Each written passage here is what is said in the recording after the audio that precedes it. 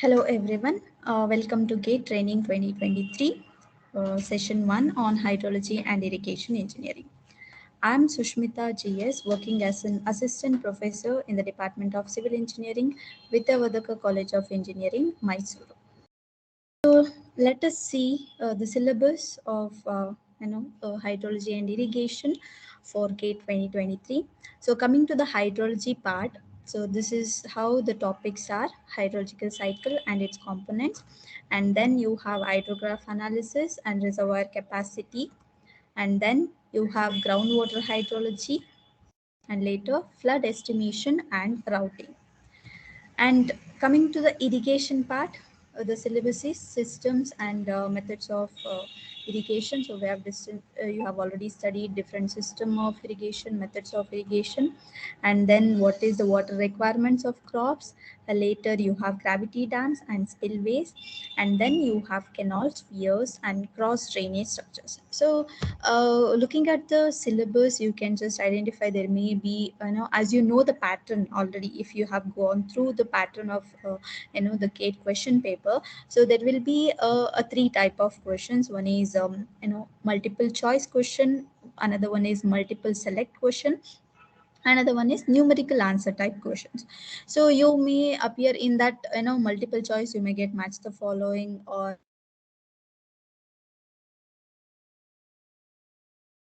a little information regarding that. So there may be 1 mark question and 2 marks question. Okay, and there will be negative marks also. So let us see the marks distribution for this particular subject, which is appeared in the previous exams. So if you see the marks distribution of the previous years, like 2018, 19, 20 till 2022, the last year. So in the hydrological part, so this is how the marks distribution is. So you have, two sets of question papers, so set 1 and set 2.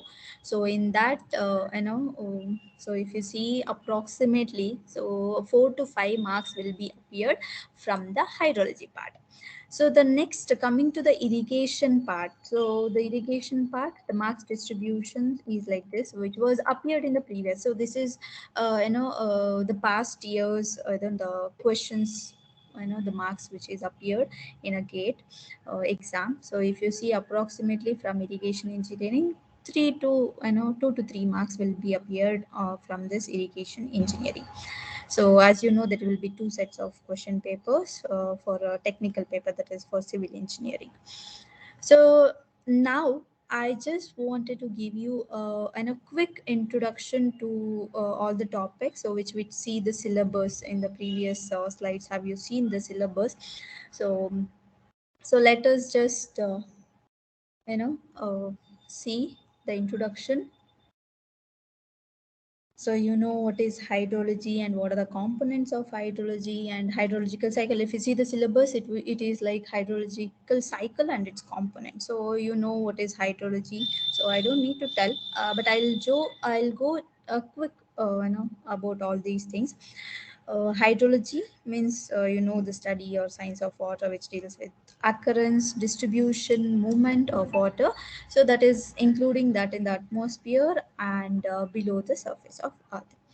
And then the practical application of hydrology, if you see in the design of hydraulic structure, water supply, wastewater treatment, irrigation, flood control, erosion, all these are the practical application of hydrology. So coming to the hydrological cycle. So you know what is hydrological cycle. So it is also known as water cycle. The chain of various process through where water changes from one state to another state is called a hydrological cycle. Or simply we can say the circulation of water between ocean, atmosphere and land is nothing but your hydrological cycle. And the main components of hydrological cycle are these, that is evaporation, transpiration, condensation, precipitation, infiltration and runoff. So these are the main components of hydrological cycle. So coming back here, I don't need to explain in detail about the hydrological cycle, I feel, because you know already, in detail how the process occurs, because you have start studying since from the child when you're in the schooling. So the next topic which you should remember is the water budget equation. Okay, particularly for a catchment. So what is catchment? So catchment is nothing but the area of land so draining into a stream at a given location. So from which area, whatever the rainfall which falls onto the surface, so will contributing to a river. So that area is called as a catchment area. So you can see here, this is for a particular location. So this is your catchment area, which is also called as the drainage basin or a watershed. So which we are going to call. And then coming back here, the most important is water balance equation. Okay, basically it represents change in storage in an area. So where how much inflow is happening, how much outflow is happening. So you can see the the water balance equation. So in general, we can see the water balance equation, that is change in storage is equal to input minus output, or inflow minus outflow. So this can be written, when you apply to a particular catchment area, you will get it like this. So that is P is equal to Q plus E plus delta I. So where delta is nothing but your change in storage, and precipitation is the only inflow, so for a particular watershed area, and minus R, G, E, and these are all the losses, which is nothing but your evaporation, transpiration, and infiltration runoff. So this is the water balance equation which you should remember, so to solve the problem. And coming back to the components, so let us take for today's session, so we'll just discuss the precipitation part. Okay, so you know what is precipitation already. So what happens, so when water vapor, that is the ocean, the sun, which drives the hydrological cycle. So whatever the a large quantity of water which is present in ocean gets evaporate due to the solar energy and forms into water vapor. Okay, and so once the water vapors rises to a higher elevation, so it forms into a clouds, and when that clouds gets too heavy, and it will fall back to the ground surface, that is called your precipitation. And so precipitation will occur in different forms, either it may be in the drizzle, rains, no. So these are the different forms of precipitation. And then so basically how the precipitation occurs, so that is due to the condensation of water vapor around the hygroscopic nuclei in the atmosphere. That is when the water vapor, more and more water vapor starts evaporating from the ocean surface. It may be from the ocean surface, or it may be from the land surface which is wet, so which moves to the higher elevation, and condensation occurs, and then so the precipitation occurs. So I don't want to go in detail because you have already studied all these theory part. So we'll just mainly concentrate more on the problematic, because ultimately in the exam you will get either a problem or theory question, so in the form of multiple choice or multiple select. So the forms of precipitation, you have these are the different forms in the form of rain, snow, drizzle, glaze, sleet, and hail are the different forms of precipitation. And so the next, you have types of precipitation. So so you have different types, that is cyclonic. Under cyclonic you have frontal, non-frontal, and convection, and then orographic type of precipitation.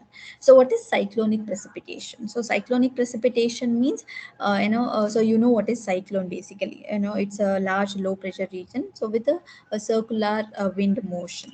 Okay, so whatever the precipitation which occurs due to the cyclone, that is, or moving masses of air in the low pressure area, that is your cyclonic precipitation. And then you have convection precipitation or convective precipitation, where we call. So you can see here, so this is the ground surface, that is a hot surface. So from that the air molecules, okay, the warmer air molecules, so move to the atmosphere towards the cooling environment, and also the the cold air masses from the surrounding environment, whatever this surrounding environment is there. So from this surrounding environment, the cooler air masses will also move towards that, so which forms a cell which is called a convective cell. Okay, so this is the cell which is going to form. And then what happens, so cooling occurs, that is condensation occurs, the cooling of that air masses occurs, and then the precipitation occurs. That type of precipitation is called a convection precipitation. And the last type is orographic. So what is orographic? See, here you can see ocean is there, so from that evaporation occurs, the air moist, the air moist means the wet air masses gets lifted to higher elevation. You can see the arrow, the directions gets lifted to higher altitudes. So in the mountain barriers, especially this type of precipitation occurs in the mountain region, so gets lifted to higher elevation. And then what happens, so while rising up, it undergoes cooling and then condensation and then precipitation occurs. So that is your orographic precipitation. Example, in Cherrapunji you can see this orographic precipitation. And coming back here, so the most important is measurement of precipitation. So we have you know how to measure a precipitation. So basically we are going to measure in terms of depth of water, which is gets accumulated in the a flat surface, so over a interval of time. And then so basically it is measured in terms of or centimeter. And so whatever the rainfall or the precipitation which is less than 1 is called as the trace. See, all these theory you can expect in the the multiple choice or multiple select questions. And so basically what is the instrument which is used to measure precipitation is a rain gauge. So there are two types of rain gauges. One is a recording and another one is non-recording type of rain gauge. So non-recording type of rain gauge, so basically the Simpson's rain gauge, which we are going to call. So this is the most commonly used non-recording rain gauge. So you can see this is how the Simpson non-recording rain gauge looks like. So you have a funnel and then metal container collecting bottle. So the rainfall gets collected through the funnel and then it is passed on to the collecting bottle. And then so what we are going to do, we remove the funnel and we remove this collecting bottle from the metal container, and we are going to measure how much the water or the precipitation has been occurred through the measuring jar. So we have different capacities of measuring jar, so which we are going to use that measuring jar to measure the amount of rainfall occurred. Okay, this in a particular gauge gives total rainfall which occurred at a particular period. Okay, so means for a period of time, so it will give you the amount of rainfall. So coming back to the recording type, see, most of the things we are going to use the recording type. So because the disadvantage of non-recording is it won't give you when the rain has been started and when it has been ended and what is the intensity of rainfall which is occurred. Okay, so that's why we are going to use the recording type of rain gauge, where it will give when it has been started and when it has been ended. Okay, so it will record every detail. Okay, so that's why. So here basically in the recording type, so it works by clock driven drum. So where you will be having a graph attached with a pen, so where it records the depth of rainfall continuously. Okay, so and we have different types of recording rain gauge, that is tipping bucket, weighing bucket, and float type, and a siphon arrangement. So most probably we are going to use this float type or siphon type of a rain gauge, a recording rain gauge. So you can see this is a float type rain gauge. So where you have funnel and so you have float chamber or siphon chamber, you have float here. So this is your float chamber. And then so you have, this is a clock driven drum where the chart is mounted with a pen. So once what happens, once the rainfall gets occurred, so it will pass through the funnel and then to the filters dust and other the material. So and then water is passed on to the float chamber.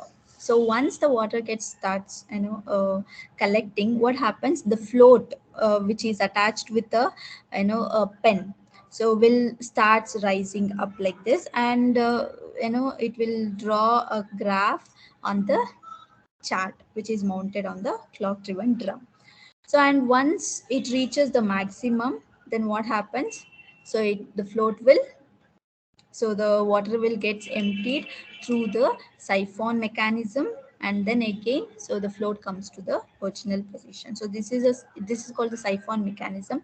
So the recording type of rain gauge, so which is used to measure the rainfall. And so you can see this is how the the graph or the chart which looks like, which is obtained from the flow type rain gauge. So next, so while selecting the site for a rain gauge station, so what are the factors which you should remember? So the first one is it should be open space. There should not be any obstructions, and then so it should be secured by fencing, and then so the distance of fence from the rain gauge should not be less than twice the height of the fence, and then so it should not, you should not install a rain gauge on the slopes or sides of the hill. Okay, it should be the ground should be fairly level. So that is the one important factor. And then so it should be protected from high winds. Okay, so and then it should be easily accessible for the, it should not, it should be accessible for the observer, so that you can easily go and monitor the rain gauge. So these are the points which you should keep in mind. And the next, you have the optimum number of rain gauge stations. See, for example, as you know, rainfall varies widely, so it is not constant at all the places, so it varies from place to place. So whatever the place or the location which you have chosen for installing a rain gauge, so it gives only for a particular area or sampling area. The sampling which we call it as sampling area, which may be smaller compared to the area where the rainfall has been occurred. Okay, so that's why and also what happens, so if you want an accurate value or average depth of rainfall, so you should have a large number of gauges. But so it is not permitted that you should have a large number of rain gauge. So that's why we are going to select a optimum number of rain gauges which will give you most preferably the a good result, what we can say. And the total catchment area to, the- to the total number of rain gauges, so that is defined as rain gauge density, or which we also call it as the network density. Okay, and also this rain gauge density will give the average area served by each gauge. So we have a set of formulas to be used to calculate the optimum number of rain gauges. So which probably you may expect a 2 marks problem from this, calculate the optimum number of rain gauges. So they, so this is a formula which we use to calculate, because you just need to remember the formulas ultimately. So anyway, theory part, everything you have studied, so you just remember the formula. So this is a formula which is used to calculate the optimum number of rain gauges, that is n is equal to cv divided by epsilon whole square, where epsilon is the a percentage error or degree of error in estimating the average depth of rainfall, and cv is the coefficient of variation for a recorded rainfall data. Okay, so and then so this percentage error they might give, once we solve the problem, then you can understand the percentage error most probably will be given in the problem. And coming to the cv, that is coefficient of variation, for example, if you take, there are m stations, or there may be 3 or 4 5 stations, so you can see m station, so where the rainfall values are p1 to pm are your rainfall values, and cv is calculated as, so 100 into sigma m minus 1 divided by p bar. where sigma m minus 1 is nothing but your standard deviation, so which you know already the formula. So sigma m minus 1 is equal to square root of summation of pi minus p bar whole square divided by m minus 1, where m is what? M is the number of stations, and pi represents your rainfall values p1 to pm, and p bar is the mean precipitation value. So you're taking like a normal average value. So and then so epsilon is usually taken as 10%. Okay, so the most probably if it is not given, so you assume epsilon as 10% and just calculate the optimum number of rain gauges. So you should remember these formulas. Okay, so one is coefficient of variation, standard deviation formula, and p bar, and in the previous one ultimately the optimum number of rain gauges. So these formulas you should remember to solve the problem. And the next you have the computation of mean rainfall. So if if you want to do any hydrological analysis, so you may require a average rainfall. And if you want to solve some hydrological problem, design problem, so you because you can't consider one rain gauge rainfall data and you can design. So that's why so you should have average depth of rainfall for a particular area. So you have various methods to calculate the the mean rainfall. So some of our you can see, so the the arithmetic mean method. So this is a formula. It is like normal average. So you have n number of stations, and taking the average of that value, you will get the average rainfall depth. And the second one, Thiessen polygon method. So this is the formula which is used to calculate the average depth of rainfall by the second method, where P1 to Pn represents your rainfall values for n number of station, and A1, A2, A3 represents the the weights. We call it as Thiessen weights. Okay, those are the corresponding areas. So because you have already studied, so I'm just showing you what are the methods and what are the formulas. So because ultimately, so you should able to apply these formulas and solve the problem.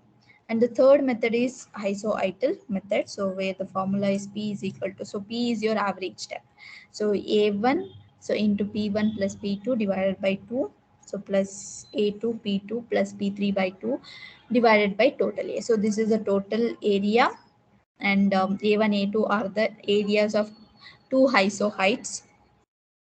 So these are the three methods which is used to calculate the mean rainfall value. So we'll solve one problem on each.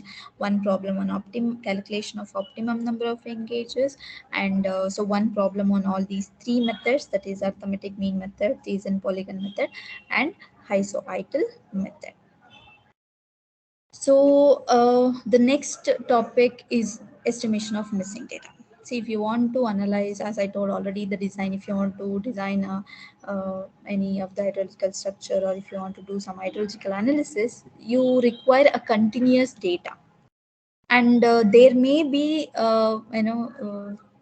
missing data, or the data may be missed for a particular period or for a particular time, because of the many reasons. So there may be absence of the observer, there may be errors with the instrument, or because of natural calamities. Because of all these reasons, because of natural calamities, like you may not go and record the data. So these are the reasons why the data gets missed. Okay, so if that is a case, how you can calculate those missing data? So again, we have different methods to solve that missing data problem. So we have these 5 methods to calculate the missing data. So one is the interpolation from isoidal map, and then arithmetic average, normal ratio, regression, and inverse distance method. So these are the methods which we are going to use to calculate the missing data. So most arithmetic average method, it is normal to your calculating the average. So suppose you have 3 stations like this. which are nearer to 3 or 4 more number of more than 3 stations. So in this we'll name this as 1, 2 and 3, 4, 5 and 6. Okay, so for this station 1, so there is a data which is missing in particular date. You just assume it as 2000 so and so date month. Then what you're going to do, you're going to take the average of other station rainfall data and you fill it that missing value. So that is how the missing data calculation is done. That is, and similarly normal ratio, regression and inverse distance method. So I'll just tell you what are the formulas. So you can see here, so arithmetic average method. So you can see here, just a moment. Okay, so now you can see, I feel. So Px, where x represents the station where the data is missing. Okay, so for the second method, the formula which is used to calculate the missing data is Px is equal to 1 by m, P1 plus P2 up to Pm. Just normal as your average. And similarly, the normal ratio. So again the formula is Px is equal to 1 by m into nx by n1. So where nx represents the annual rainfall of that missing station and n represents your uh, annual rainfall, and n1 n2 n up to nm represents your annual rainfall. And then the regression method, so I think you know the linear regression method. And the last one is inverse distance method. So for this particular method is used uh, by taking only 4 stations, okay, including the whatever the station which is missing. So that includes totally a 4 station data is used to calculate the missing value in the inverse distance method. So but you should remember all these formulas. Suppose if the question comes from this topic, that is missing data, so you just need to remember all these formulas. So what you just do is you just start noting down what are all the formulas which is present in the particular topic. So whether it may be hydrology or irrigation or any other, so you start noting down all the formulas which is used to solve the problem. So then it will be very easy for you guys.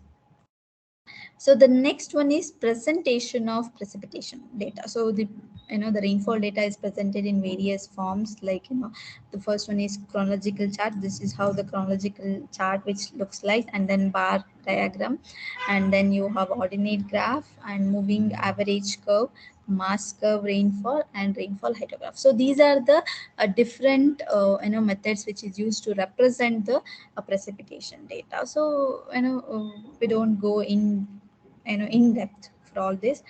So as we are concentrating more on problem based, like so we are just concentrating to solve the maximum problems so which is appeared in the previous exams. So coming to the rainfall hyetograph. So what is rainfall hyetograph? So basically, so it is a graph which represents a rainfall intensity. So remember, so depth is different and intensity is different. So intensity is, that is I, okay, which is depth divided by duration, or depth divided by time. Rainfall depth divided by time is your rainfall intensity. So rainfall intensity versus time is your rainfall hyetograph. So it is a graph which shows variation of rainfall intensity with the time. And this is basically important. So if you want to design a song, if you want to predict the flood, so then we are going to use this rainfall hyetograph. And then whatever this graph you're seeing, so whatever this area which is enclosed, so this will give you the total precipitation which is occurred for that particular period. For example, if you see here 0, 8, 16, 24, these are the hours. So this particular area represents the rainfall, the total precipitation which is occurred for a 8 hours period. So that is what your rainfall hyetograph. And so now I know this is what the concept, so which you have already studied, in the previous semesters, and you have already studied. So that's why I didn't go in depth, because you know already the concept. So we are trying to concentrate more on solving the problems. What type of problem may appear, in the exam, in the or previous, which was appeared in the previous exam. So we'll take that, and we'll try to solve.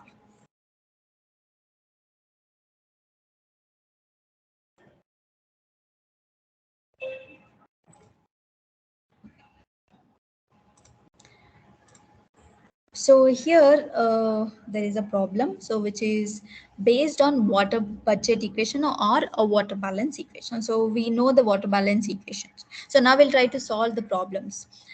First problem is on water budget equation or water balance equation. So the question is like this. I'll just read out the question. A small catchment, just a moment. A small catchment of area 150 hectares received a rainfall of 10.5 centimeter in 19 minutes due to a storm. At the outer of the catchment, the stream draining the catchment was dry before the storm and experienced a runoff lasting for 10 hours with an average discharge of 1.5 meter cube per second. The stream was again dry after the runoff event. First one, what is the amount of water which was not available to run off due to combined effect of infiltration, evaporation and transpiration? And the second parameter which you should calculate, what is the ratio of runoff to precipitation? So remember, as I told, precipitation is the inflow and remaining others are losses. Infiltration, evaporation, transpiration and runoff. Everything is your losses. So if you see here, they have given the catchment area, that is 150 hectares, that is the surface area, and then so you have a duration, that is 10 hours. The rainfall is occurred for 10 hours duration, and then you can see the precipitation, what is the depth of the rainfall which is occurred, that is 10.5 centimeters. So and then you have the outflow, that is discharge, that is 1.5 meter cube per second. So these are the given data. So first you note down the given data, and so you know the water budget equation or water balance equation, that is runoff so is equal to precipitation minus the losses. I said it in a different way, that is change in storage is equal to precipitation minus the losses. So to calculate the runoff, so you can just send this runoff this side, that is runoff is equal to precipitation minus the losses. So again, runoff is a loss. So if you want the runoff, because the first parameter what they have asked is which was not available to runoff. Okay, so let us just calculate now. So we are using this because precipitation is given. Precipitation is how much? 10.5 centimeters, which is occurred for an area of 150 hectares. So first what you do, see here, whatever this 1.5 meter cube per second, that is the outflow or discharge which is given in terms of meter cube per second. So what we'll do is we'll try to convert everything in terms of volume. So the first one is runoff, that is the outflow which is given discharge. Runoff R is equal to 1.5. So we are trying to convert this in terms of what? In terms of volume. 1.5 meter cube per second. How much it is for 10 hours? Okay, so hours need to be converted into second. So 1 hour is 60 minutes, 1 minute is 60 seconds. So 1.5 into 10 into 60 into 60. So runoff has been converted into meter cube, that is 54,000 meter cube. Okay, you can just calculate along with me. So what we have done, first we have converted the outflow, which is nothing but at the discharge, which is runoff, in terms of volume. So next, similarly, we'll convert this precipitation to volume in terms of volume. So that is precipitation which is occurring for an area 150 hectares. Okay, so 1 hectare is 10 power 4 meter square. So we have converted hectare to meter square. So 10.5 into 150 into 10 power 4. And why this divided by 100? Because if you see here 10.5 centimeter is given. Okay, so that's why divided by 100. So again, we have converted the precipitation to meter cube. Okay, so we'll get 15,750 meter cube. So it depends on the whatever the values they'll give. So now we have converted both runoff and precipitation in terms of volume. Next, what you have to calculate, what is the amount of water which was not available to run off? Means runoff is there which is not available to run off, so which is combined effect of infiltration, evaporation and transpiration. So as you know, these are all the losses. So basically you should calculate what is the loss which is occurred. Okay, so runoff is there, precipitation is there. So using this equation you calculate the loss, so you will get 103500 meter cube of losses. So this is the first parameter what they have asked. What is the second parameter? So they have asked ratio of runoff to precipitation. So runoff is there, precipitation. Simply calculate the ratio R by P. So you will get the runoff rainfall coefficient. So which we are going to get it as 0.343. So this is the runoff rainfall coefficient. So this type of problem may appear, it's a simple problem, may appear for 1 marks. So basically you should remember one equation, that is water balance equation or water budget equation. So the runoff is equal to precipitation minus losses, or change in storage is equal to inflow minus outflow. So these are the equations which is used to solve this kind of a problem. So let us just quickly move to the second type of problem, that is based on optimum number of rain gauge. So I already told what are the formulas you should remember. So I'll just go through once again the formula which you should remember. So the optimum number of rain gauges, that is N is equal to CV by epsilon whole square. So this is a formula which you should remember. So N is the optimum number of rain gauge. Next, CV, coefficient of variation, and epsilon, or which is the percentage error. To calculate the coefficient of variation, what is the formula? CV is equal to 100 sigma by P bar. And then what is sigma? That is the standard deviation, and P bar is mean precipitation. So P bar is taking the average, that is summation of P divided by N, where P represents your precipitation. Remember, it is just a rainfall, and N represents number of stations. And then, so sigma square root of summation of P minus P bar whole square by N minus 1. So there I have used that M. So M and N both are the same. It is just a number of stations. So these four formulas which you should remember to solve the problem: N, CV, P bar and sigma. So now let us see the problem. So let us solve one problem on this. So the first, I'll just read out the question here. In a catchment area, there are 7 rain gauge stations with average depth of rainfall as 100 centimeter and standard deviation 31.5 centimeter. For a 90% accuracy in analysis, how many extra rain gauges are to be installed in the catchment? So there are already 7. Okay, so what is the extra? If you want a 90% accuracy, then how many extra rain gauges you should install? Okay, so just given data, so you have the formula. So just write down the formula. N is equal to CV by epsilon whole square. That is nothing but percentage error. Remember here, what is this? This is the 90% accuracy. It is not a percentage error. It is not the percentage error. So if you want percentage error,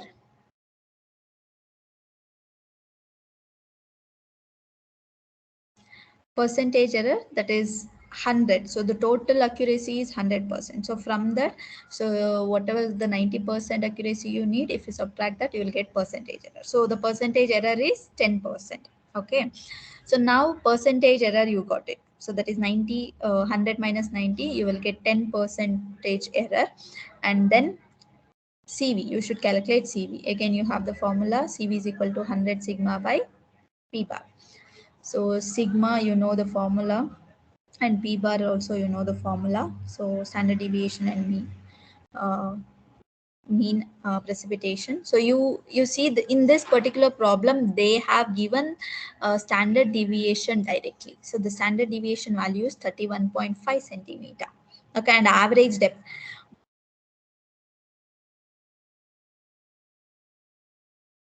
In this particular problem, so you will get CV, so that is 100 centimeter is your P bar and 31.5 centimeter is your sigma. See here it is both are given in centimeter, so you can keep it in centimeter or you can convert it into meter and you can substitute.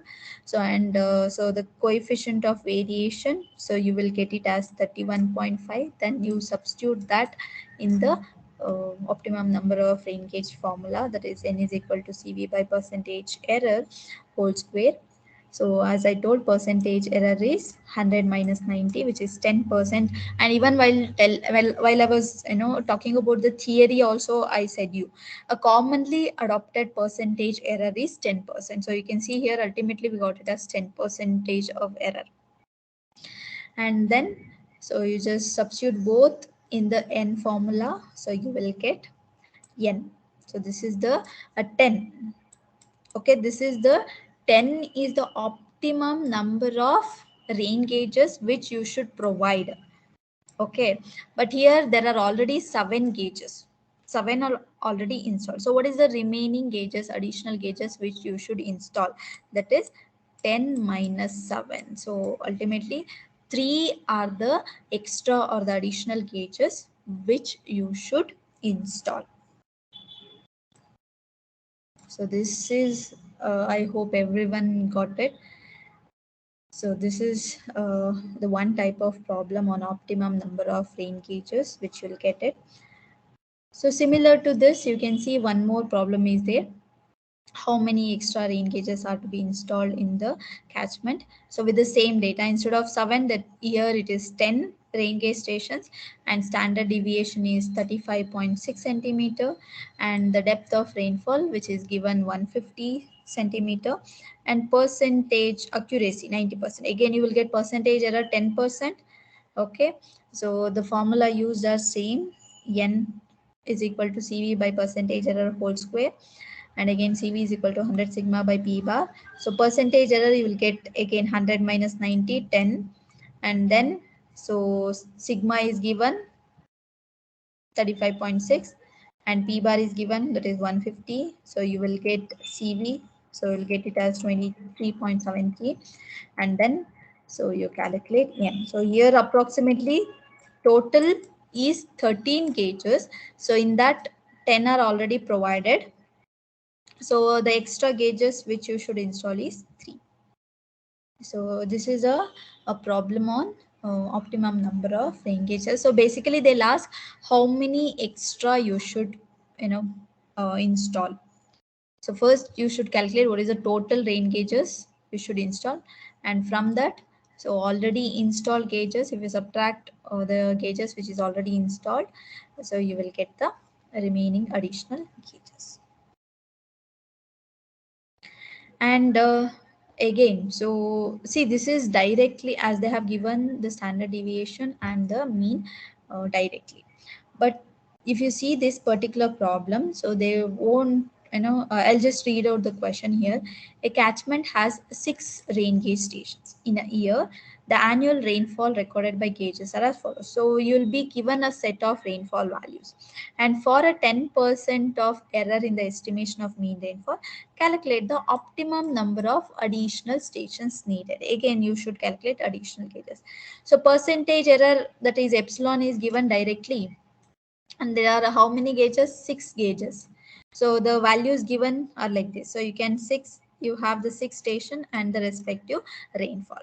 So the what is the formula? Again, you're going to use the same formula. N is equal to CV by epsilon whole square, and percentage error is given, and CV formula is 100 sigma by P bar. And now here P bar is what? Summation of P by N. So you should add all these rainfall values and you should take the average. Okay, N is 6 and summation of P bar is add all these rainfall. So you'll get P bar. And sigma square root of summation of P minus P bar whole square by N minus 1. So ultimately here you should use these two formulas to get the P bar and sigma. So if you see compared to the previous one, they have given directly the P bar and sigma value. But here it is not like that. They have given the respective values, so which you should calculate. So this is how it will look.